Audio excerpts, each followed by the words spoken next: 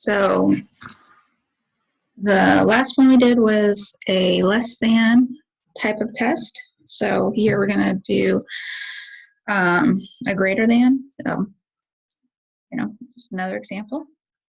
This one kind of makes a little bit more sense. Says, suppose the pitcher claims that his pitch speed is more than 90 miles per hour on average. Okay, because that would be something you would want to do, right? Several of his teammates don't believe him. So the pitcher decides to do a hypothesis test. That should not be there. He throws 16 pitches. The mean speed of the sample pitches is 96 miles per hour. And he knows from experience that the population standard deviation is 9 miles per hour. At alpha at 0.01, is there enough evidence to support his claim? Okay, so I have to get the information from the question.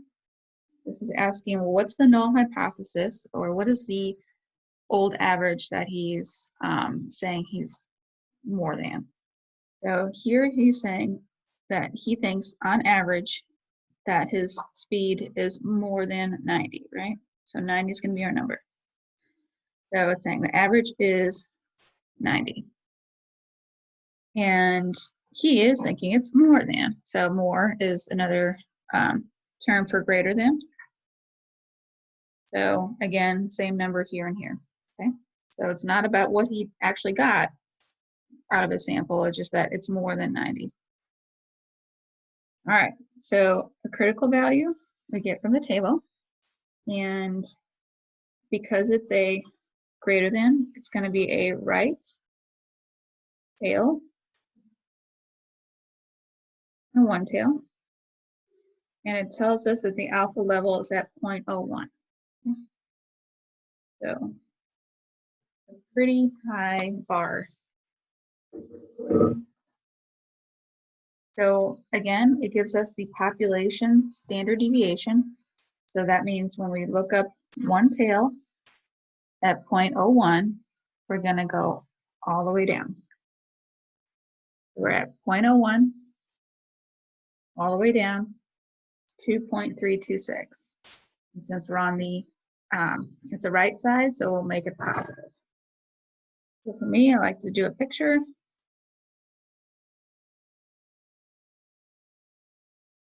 Okay, so anything, when we get our test value, anything greater than this value is going to be in the critical region. So our test value, again, is new minus old over this stuff on the bottom. So our new average from his sample is 96 minus 90, the old. And then standard deviation was 9. And then he threw 16 pitches. So in his sample, there were 16 pitches, so his N is 16. So again, we do the top. And you can see if the bottom becomes a nice number. 9 divided by square root of 16, 2.25.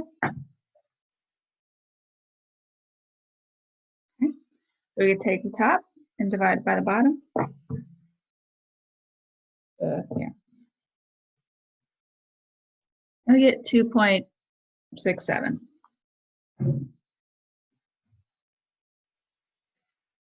Okay. So now we ask ourselves, so is 2.67 more positive than 2.3? Yeah, it is. So in this case, this is bigger than our critical value.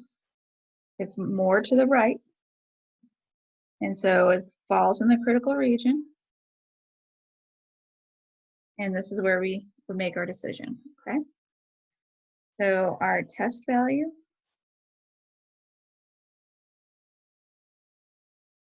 falls in the critical region. Therefore, we reject the null hypotheses. Okay, so because it fell into the critical region, this is when we say bye-bye to the old stuff and hello to the new stuff. So when we reject the null hypotheses, we can say that there is enough evidence to support the claim. The claim that he pitches, his pitch speed is more than 90 miles per hour. So, I guess I should be. So, what's the difference between this one we did and the previous one? Because the averages were both different, right? The bowling example, she bowled 110, which was not obviously 116.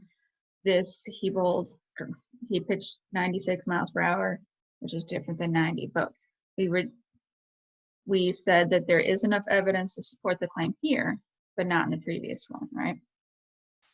So it's not about just being more than or less than, because each case it's always going to be. We're always going to have